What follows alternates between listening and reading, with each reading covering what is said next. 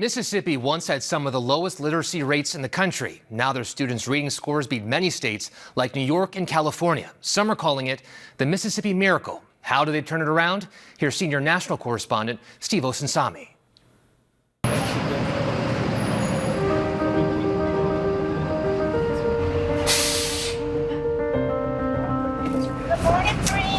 For so many years, when we've come to Mississippi on mornings like this, they haven't always enjoyed the story we've come to tell.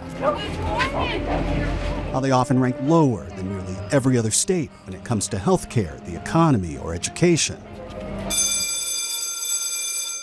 Good morning, Madison Station. Today is Tuesday. But on this proud day, the good word is that their children are getting a great report card. All right, second syllable is ram. What's our vowel? A. Today, students in the state's public schools, who used to have some of the nation's lowest literacy rates, Is it closed in? No. are now reading at a higher grade level than most other students across America, with higher scores than New York, California, and Illinois. All right, London, page 2. The children here, just outside Jackson, are just 6 years old. The fog is too thick. She can't tell. This isn't something that happened overnight.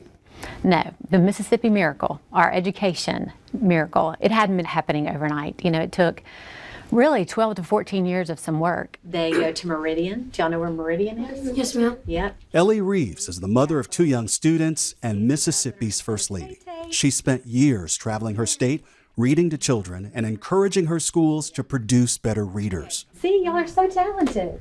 They call it the Mississippi Miracle. It truly is.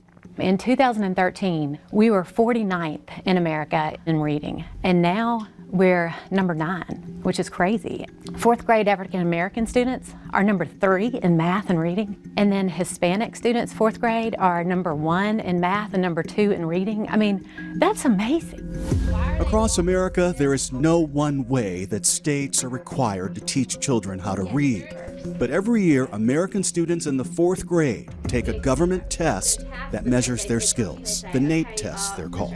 And 4th grade matters because studies show that kids who can't read at grade level by the start of 4th grade are 4 times more likely to drop out of school.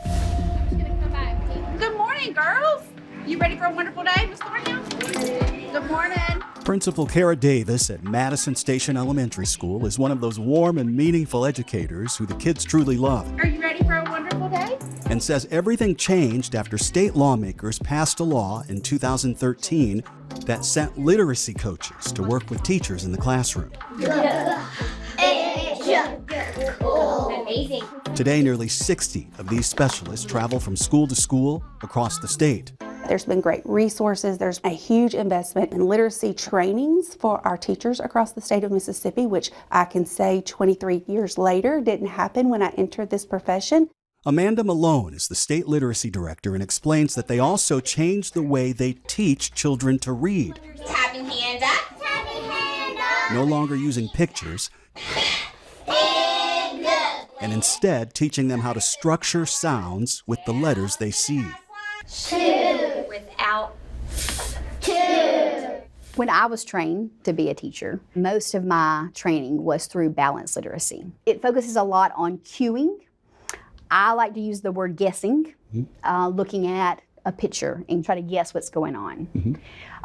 Look at the beginning sound of a word and try to guess the word. You see the word cow, and you see the C, but you are a child and you don't know, so you kind of, could it be car? Could it be? That's an excellent example. That's balance. That's right. That's right. What would structured be with the same example? There is no guesswork in structured literacy. A C is a S. A C is a K or a S, right? When we look at parts of the word, then we know that those have explicit sounds. I-N-G ringing. I-N-G ringing. The way we teach follows a system. Now I'm seeing 2 letters that come together and make one sound. It's cumulative. We go back and review and make sure that we are teaching kids to mastery. Okay, we need to read and eliminate how many answers? 2. It's a fundamental change in how we teach people to read and a return to the days when we were getting kids to read by getting them hooked on phonics, a teaching method that fell out of favor in the late 1990s.